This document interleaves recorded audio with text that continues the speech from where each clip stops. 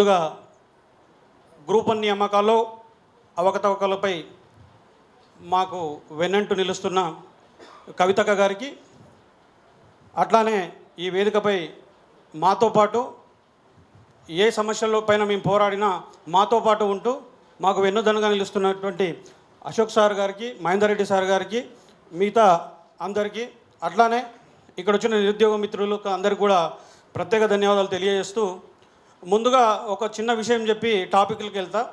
GO-29 అనేది public డొమైన్లో లేనప్పుడే GO-29 మీద మాట్లాడిన, తెలంగాణలో మాట్లాడింది ఒకే ఒక్క వ్యక్తి, అది కవితక్క. అది అందరికీ చాలామందికి తెలియదు విషయం. GO-29 పైన మేము ప్రిలిమ్స్ ఇంకా రాయలేదు, ప్రిలిమ్స్ రాయనప్పుడే GO-29 మీద మాట్లాడింది కవితక్క. అయితే ఈరోజు ఇదే వేదిక మీ నుంచి చాలామంది కూడా మేము బాధితులము, మాకు ర్యాంకులు వచ్చినాయని కొంతమంది చెప్తా ఉన్నారు. అడహాడ్ అపాయింట్మెంట్ లెటర్ అందుకున్న మిత్రులు, అయ్యా మీరంటే మాకు కోపం లేదు, దానికన్నా ముందు మొట్టమొదటిసారిగా ప్రిలిమ్స్ రాసినప్పుడు ప్రభుత్వ ఉద్యోగాలకు సెలవు పెట్టుకొని, ప్రైవేటు ఉద్యోగులకు సెలవు పెట్టుకొని, కడుపులు కాల్చుకొని అనేక మంది నిరుద్యోగులు, ఉద్యోగాలు వచ్చిన వాళ్ళు కాకుండా నిరుద్యోగులు కూడా ఆ రోజు ప్రిలిమ్స్ రాసినారు. ప్రిలిమ్స్ రాస్తే అర్ధాంతరంగా ఆగిపోతే ఆ రోజు 5 లక్షల మంది బాధితులం ఉన్నాం మేము. ఆ తర్వాత రెండోసారి ప్రిలిమ్స్ రాస్తూ అర్ధాంతరంగా ఆ ప్రిలిమ్స్ సుప్రీంకోర్టు ద్వారా ఆగిపోతే మేమందరం కూడా రెండోసారి బాధితులమయ్యాం. అట్లా కాదనుకొని మూడోసారి అయినా సరిగా జరుగుతుంది ఇంకా రాద్దాం అనుకుంటే SC ST బీసీల పాలిట ఒక నల్ల జీవో తెచ్చి వాళ్ళని మెడలు వంచి ఎగ్జామ్ రాయించిన GO-29 తెచ్చి మా బతుకులను ఆగం చేసిండ్రు. అప్పుడు 55 లక్షల మంది ప్రిలిమ్స్ రాసిన బాధితులందరూ కూడా మేమందరం అప్పుడు బాధితులమయ్యాం. ఆ తర్వాత అట్లా కాదయ్యా, ఎగ్జామ్ రాసినాం, ప్రిలిమ్స్ రాసినాం, మెయిన్స్ రాయాలి, దానికన్నా ముందు మాకు GO-29 అనే ఒక దొంగ జీవో ఉందని తెలిసి మేము రోడ్ల మీద ఉంటే మా ఈపులు ఒలగొట్టేటట్టు మమ్మల్ని ఈపులు ఒలగొట్టి మెడలు వంచి ఎగ్జామ్ రాయించారు. అప్పుడు మేము బాధితులమయ్యాం. మామూలుగా కొట్టలేదు, అశోక్ నగర్లో హాస్టల్లో ఉన్న అమ్మాయిలని ఉరికిచ్చి కొట్టినరు. అది ప్రత్యక్షంగా చూసినాం. నన్ను 6 మంది పోలీసులు కొట్టినరు. చాలా వీడియో వైరల్ అయింది. అంటే అప్పుడు మేము బాధితులమయ్యాం. ఆ తర్వాత GO-29 అయిపోయిన తర్వాత మెయిన్స్ రాసినాం, మా మెడల్ వంచి ఎగ్జామ్ రాస్తే మెయిన్స్ రాసినాం. ఆ తర్వాత మెయిన్స్ రాసిన తర్వాత మీ ఎవల్యూషన్ ప్రాసెస్ కరెక్ట్ ఉంటుంది, మీ ఎవల్యూషన్ ప్రాసెస్లో చాలా బాగా నీట్గా చేస్తారు, పారదర్శకత చేస్తారు అనుకున్నాం. మీరు అసలు పారదర్శకత లేదు, ఇంకా గాడిద గుడ్డు లేదన్నట్టు మీకు ఇష్టం వచ్చినట్టుగా 3 రోజుల్లో ఎవల్యూషన్ ప్రాసెస్ స్టార్ట్ చేసినామని చెప్తున్నారు. 3 రోజుల్లో ఎవల్యూషన్ ప్రాసెస్ స్టార్ట్ చేస్తే ఎవల్యూటర్స్కి ఎంతమందికి మీరు ట్రైనింగ్ ఇచ్చారు అనేది సమాధానం లేదు. ఈ రకంగా అనేక అనుమానాలకు తావిస్తున్నప్పుడు మేము ఈ కోర్టు మెట్లు ఎక్కితే, ఆ కోర్టు మెట్ల ఎక్కిన తర్వాత సుదీర్ఘమైన విచారణ, 4 నెలల విచారణ తర్వాత ఒక తీర్పు వచ్చింది, 223 పేజీల తీర్పు. ఆ తీర్పును గౌరవిస్తూ ఈరోజు తీర్పు వచ్చింది. ఆ తీర్పును గౌరవిస్తూ మీరు అమలు చేయండి అయ్యా, 5 లక్షల మంది నిరుద్యోగుల పక్షాన ఉన్నానని మేము కోరితే, కాదు మేము పేద విద్యార్థులపైన మా పోరాటం, పేదోళ్ళపైన పోరాటం, ఈ పేద మధ్యతరగతి SC ST బీసీలపైన మా పోరాటం అన్నట్టు ఈ ప్రభుత్వము, ఈ TGPSC మళ్ళీ డివిజన్ బెంచ్లు వేసి మా మీద పోరాటం చేస్తున్నారు. బిడ్డ గుర్తుపెట్టుకో, ఈరోజు చెప్తా ఉన్నాం, నీ పోరాటము మా పేదోళ్ళ మీద కదా, పెద్దోళ్ళ కోసం చేస్తున్న పోరాటం అనేది మా పేదోళ్ళ మీద కదా, నిన్ను తప్పకుండా అతి తొందరలోనే ఇంటికి పంపించే రోజు వస్తుంది, బరాబరి పంపిస్తాం, దానికోసం నువ్వు రెడీ ఉండు రేవంత్ రెడ్డి అని హెచ్చరిస్తూ ఉన్నాం. ఆ తర్వాత ఈ TGPSCకి కానీ ఈ ప్రభుత్వానికి కానీ నిజంగా సోయి ఉంటే, నిజంగా వీళ్ళు పారదర్శకతతో నిర్వహించి ఉంటే ఒక 20 క్వశ్చన్లు వేస్తా. దమ్ము ధైర్యం ఉంటే ఇక్కడ మీడియా మిత్రులు ఉన్నారు, రేపు 20 క్వశ్చన్లని ఆ TGPSCని అడగండి. TGPSC నిజంగా సమాధానం చెప్తే పారదర్శకతగా నిర్వహించినట్టు.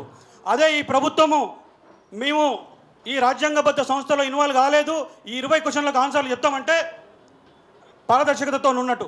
లేదంటే మేము తప్పు చేసినామని చెప్పేసి ఎక్కడైతే రాహుల్ గాంధీ మా అశోక్ నగర్కి వచ్చిండో అక్కడికి వచ్చి అశోక్ నగర్ చౌరస్తాలో మీ ప్రభుత్వంలో ఉన్న మంత్రులు, మీ ప్రభుత్వం మొత్తం కూడా ముక్కు నేలకు రాసిపోవాల్సిందిగా డిమాండ్ చేస్తూ ఉన్నాం. ముందుగా గ్రూప్ 1 ప్రిలిమ్స్ 2022లో పేపర్ లీక్ అయింది. దానికి బాధ్యులు ఎవరు, వాళ్ళకి శిక్ష పడ్డదా?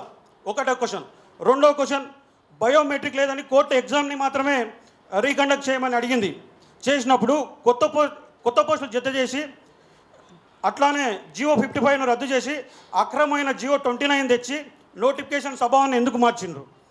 మూడవది, ఓపెన్ కేటగిరీలో మెరిట్లో సెలెక్ట్ అయిన SC ST బీసీలను రిజర్వ్డ్ కేటగిరీగా పరిగణించడం వల్ల నల్ల జీవో 29 ఎందుకు అంగీకరించారు?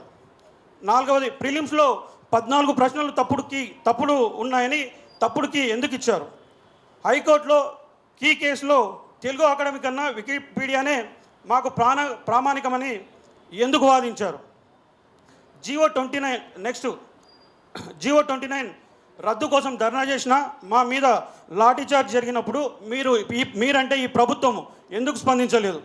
ఒకవైపు ఉద్యమం, పోలీస్ స్టేషన్లు, మరోవైపు కోర్టు కేసులు, ఇంత అయోమయంలో గందరగోళంలో ఎగ్జామ్ రోజు కూడా సుప్రీంకోర్టులో హియరింగ్ ఉన్నా కూడా ఎగ్జామ్ పెట్టడానికి ప్రభుత్వం ఎందుకు మొండిగా వెళ్ళింది? ఆ తర్వాత అసలు ప్రిలిమ్స్కు మెయిన్స్కి అనేది యూపీఎస్సీ కూడా వేరే హాల్ టికెట్లు ఇవ్వలేదు, మీరు ఎందుకు ఇచ్చిండ్రు? ఆ తర్వాత మెయిన్స్ అభ్యర్థుల సంఖ్య ఎందుకు పదే మార్చారు? తేడా వస్తున్న ఈ 18 మంది అభ్యర్థులు ఎవరు? సెంటర్ అలాట్మెంట్ వెనుక ఉన్న ఆంతర్యం ఏమిటి? ఏ ఆల్గర్థం మెథడ్ వాడి ర్యాండమైజేషన్ చేశారు? తర్వాత మెయిన్స్ ప్రశ్నపత్రాలు ఎన్ని నెలల ముందు తయారు చేసినవి? అవి కొత్తయా పాతవైతే పేపర్ లీక్లో ఈ ప్రశ్నపత్రాలు ఉన్నాయా అనే సందేహం ఉంది, దీన్ని కూడా నివృత్తి చేయండి. మెయిన్స్ అభ్యర్థులు కొందరు ఎగ్జామ్ హాల్లో చీటింగ్ చేసినట్టు మీకు సమాచారం వచ్చినట్లు వెబ్ నోట్ విడుదల చేశారు. మరి వాళ్ళ మీద ఎటువంటి యాక్షన్ తీసుకున్నారో ఇప్పటివరకు చెప్పలేదు. ఆ తర్వాత మెయిన్స్ ఎవాల్యూటర్స్ని ఎలా సెలెక్ట్ చేశారు? వాళ్ళ క్వాలిఫికేషన్ ఏంటి? రిటైర్డ్ ప్రొఫెసర్ని ఎందుకు తీసుకోవాల్సి వచ్చింది అనేది ఇప్పటివరకు చెప్పలేదు. మెయిన్స్లో అన్ని పేపర్స్కి మోడల్ ఆన్సర్స్ ఉన్నాయా? అవి తెలుగా, ఇంగ్లీషా, ఉర్దా? ఏ భాషలో మీరు మోడల్ ఆన్సర్స్ ఇచ్చిండ్రు?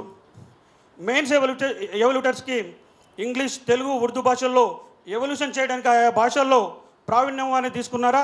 అసలు వాళ్ళకి ట్రైనింగ్ ఇచ్చారా? ఇదొక క్వశ్చన్. నోటిఫికేషన్ ప్రకారంగా మెయిన్స్ ఆన్సర్ షీట్లో కేవలం 2 సార్లు మాత్రమే ఎవల్యూషన్ చేయవచ్చు. మరి 3వ సారి ఎందుకు చేశారు? ఎలా చేశారు? మెయిన్స్ రిజల్ట్స్లో వచ్చిన తర్వాత అత్యధికంగా కొన్ని సెంటర్ల నుండి అభ్యర్థులు సెలెక్ట్ అయ్యారు, ఎక్కువ మార్కులు వచ్చాయి, ఎందుకు వచ్చినాయి? దానిపైన వివరణ ఇవ్వాలి. ఆ తర్వాత సింగిల్ జడ్జి బెంచ్ జడ్జిమెంట్ ఎందుకు అమలు చేయలేదు? ట్రాన్స్పరెన్సీ, ఇంటిగ్రిటీ లేదని జడ్జి చెప్పిన తర్వాత కూడా అది నిజం కాదని నిరుద్యోగులకు ధైర్యాన్ని ఈ ప్రభుత్వం ఎందుకు ఇవ్వలేకపోయింది? మొదటి విడత సర్టిఫికేషన్లో పాల్గొన్న అభ్యర్థులు దాదాపు 50 మంది సెలెక్ట్ కాలేదు. ఎందుకు సెలెక్ట్ కాలేదనేది ఇప్పటివరకు టీజీపీఎస్ నుండి రెస్పాన్స్ లేదు.